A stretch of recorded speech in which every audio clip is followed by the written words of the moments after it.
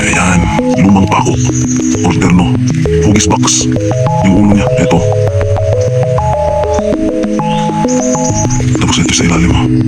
Ayan. Hindi natin makuha sa ilalim. Ayan. Ayan. Ayan. Tapos hugis box. Yung pako. Yan yung tumambad sa atin nung nilinisan. 6 feet galing sa puno. Ito na yung dimension ng possible item or special commodities. Sundan nyo lahat ng tips natin for remapping tutorial. Okay. Galing sa puno, ito yung gawin nating base point or fulcrum point.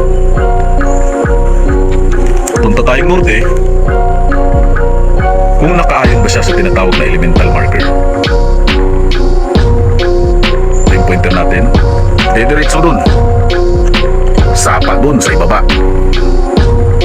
Ganoon. Papunta dun sa pinakibaba. Ngayon, hindi talaga exactly matatamaan yung lumang kawayan dyan. Yan o, kawayan yan. Sundan nyo ha. Baka kasi, noong una, dyan na nakapwesto. Kumalat na lang. Now, punta tayo sa due east. 90 degree. Tingnan natin ngayon. Ito yung pointer natin. Doon sa kabilang side, semi-bundok. Merong nag-triangulate dyan na Japanese bamboo at equilateral triangle. Merong big side sa pinakagitna at meron ding sa labas. Medyo mababaw. Sa south part, 180 degrees. Matatamaan yung dead creek yan, no? Galing si Pabo, dead creek kasi yan. Kakahulong ng tubig kung maulan. Pero tataglas doon sa 180 degrees south.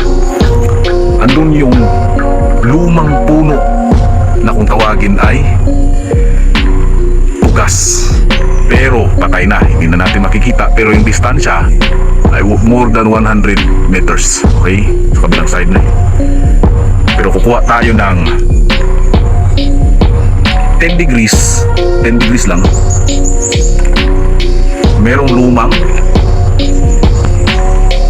kay dito. Yan o sa gilid. Natumba na kasi yan eh. Yan. Natumba na yan. Pero yung katawan niya paslanting. Yan banda sa 10 degrees. Sa due west naman, syempre, yan ang lubugan ng araw. Yan. Yan o hapon o. Malubog na yung araw. Pag ano na, hindi na nakikita hapon kasi. Ngayon, saan ba nakaturo yung ulo ng pako? Yan o, kwadrado yan o. Ayan o. Ito yung bumungad sa atin kanina noong nilinisan natin. Ayan o, kwadrado. Klaro ba? May amantik pa. Yan. Yung iba naman, bubukol yan. Pero sa case na to, yan o, parang na siyang female organ. Ganon. Yan. Sa katagalan ng panahon, nabubutas na siya dahil mayroong pako. Siguro ang haba nito nasa mga 9 inches. Madalas kasi mga mahaba yung pako. Kaya tagos yan dito siguro. Dito na banda. Kaya hindi natin mabunot. Papakita ko sa inyo yung slope na lupa. More than 45 degrees, I think 50 degrees yung sloping niya, yung inclination. Now, tignan natin. Ayan. Wow, napakaluma.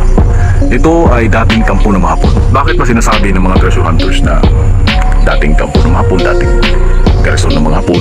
Kasi importante po yan, mga katiyats. Kasi yan ang basihan natin sa history.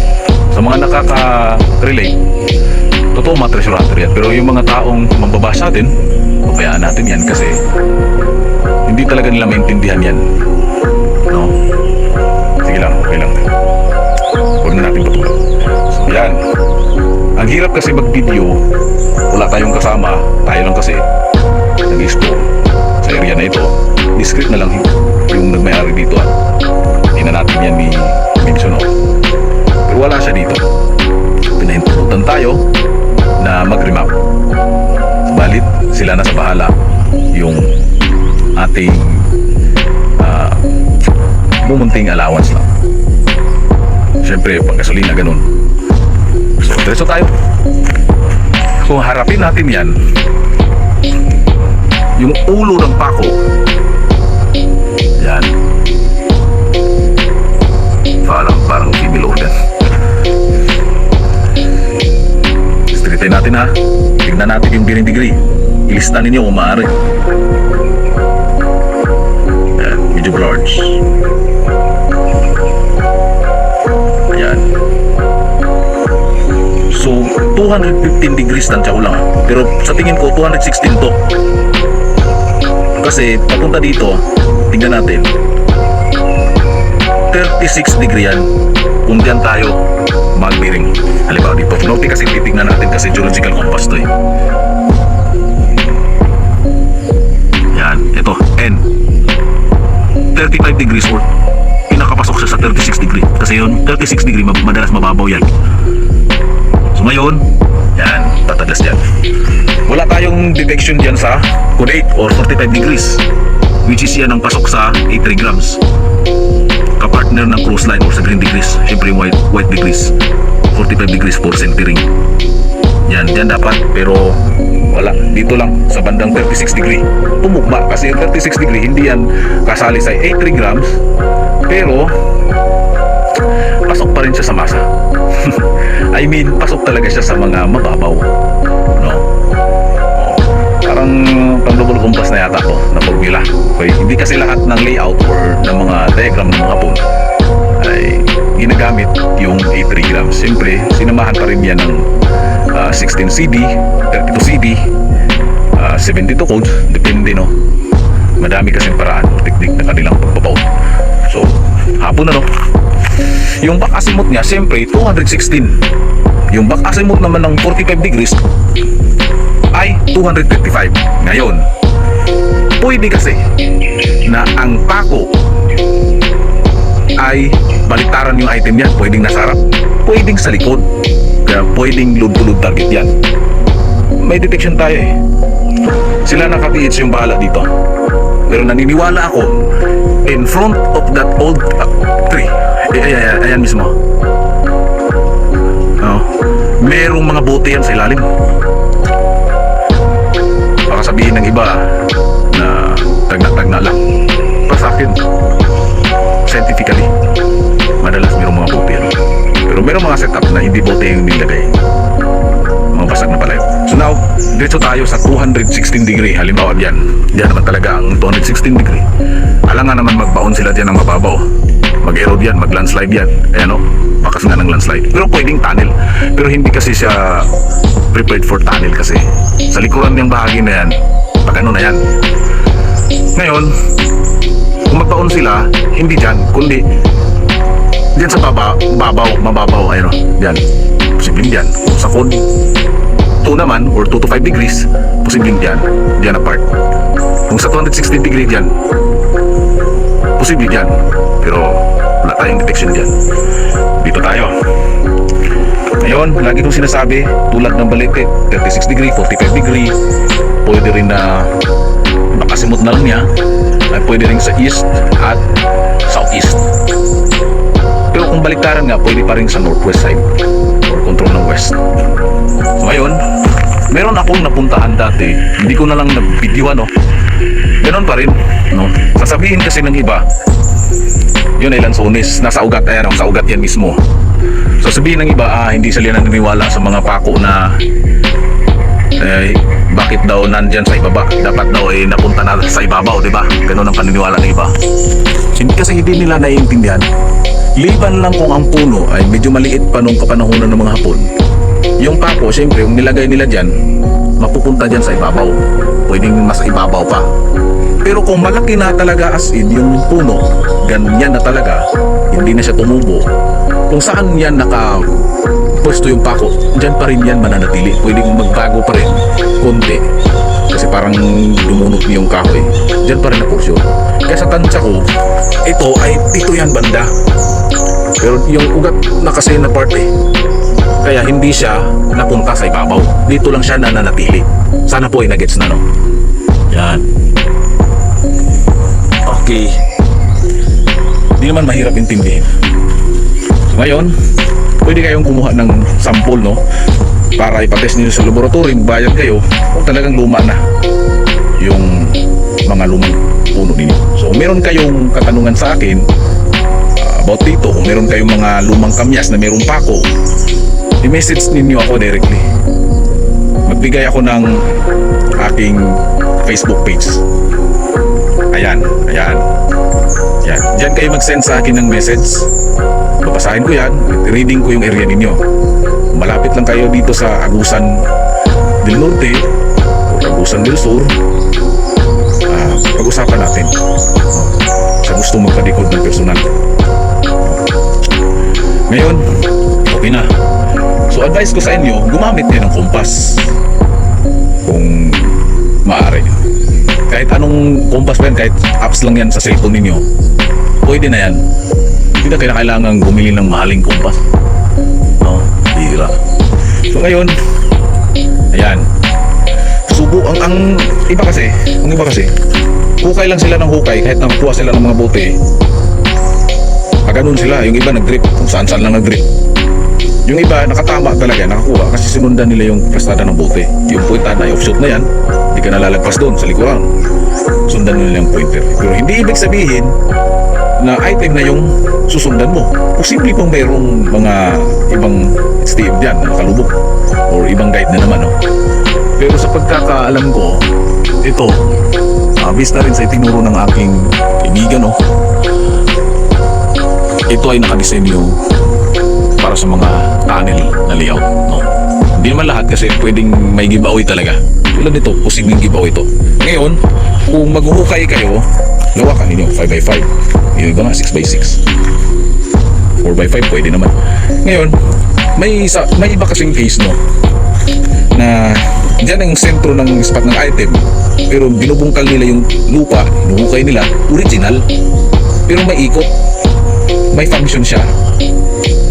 Pero hindi nila alam, hindi pala dinadaan diyan mismo, hindi sila nagbubutas yung mga hapon, kundi gumagawa sila ng ibang degrees or panimulang butas. Halimbawa, yung panimulang butas nila dito sa puno. Tapos, padiagonal yung paghukay nila or pwedeng nag-vertical sila tapos drip. Depende sa degree na ginagamit, depende rin sa inyong detection kung talagang gold yung i-detect. Tapos, kung iikot yan yung spot. Kaya kung hukayin ninyo, original talaga yung lupa, di ba? Wala siya natandog ba? Kasi nga, yung opening spot nila dito sa puno, pwede rin baliktad. Yan ang opening spot nila, pwedeng mas malayo pa. Pero may mga sekretong degrees and compass positioning yan para sa ludlock position. Posibleng pag ganun yung butas nila pero nakasentro sa puno yung item. Posibleng dyan ba? Halimbawa dyan, nag-tunnel sila dyan, horizontal. Tapos yung chamber sa ilalim, lalong-lalo lang yung mga volume deposit, mayroon akong napuntang site sa ilalim talaga mismo dito. Kasi ilang beses na yung pinuntahan ng may mga mapa, no, na-vlog ko nga yun. Titignan na lang para meron kayong idea. So ngayon, ang nangyari dun sa ibaba yung tunnel, pero medyo malayo pa. Tapos papasok, pero hindi nila dinadaan doon sa ilalim kasi delikado daw. Kaya ang plano nila dito lang, pero mas safe yun.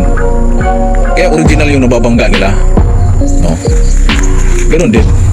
Pero huwag kayong panghinaan ng loob kasi ganyan talaga.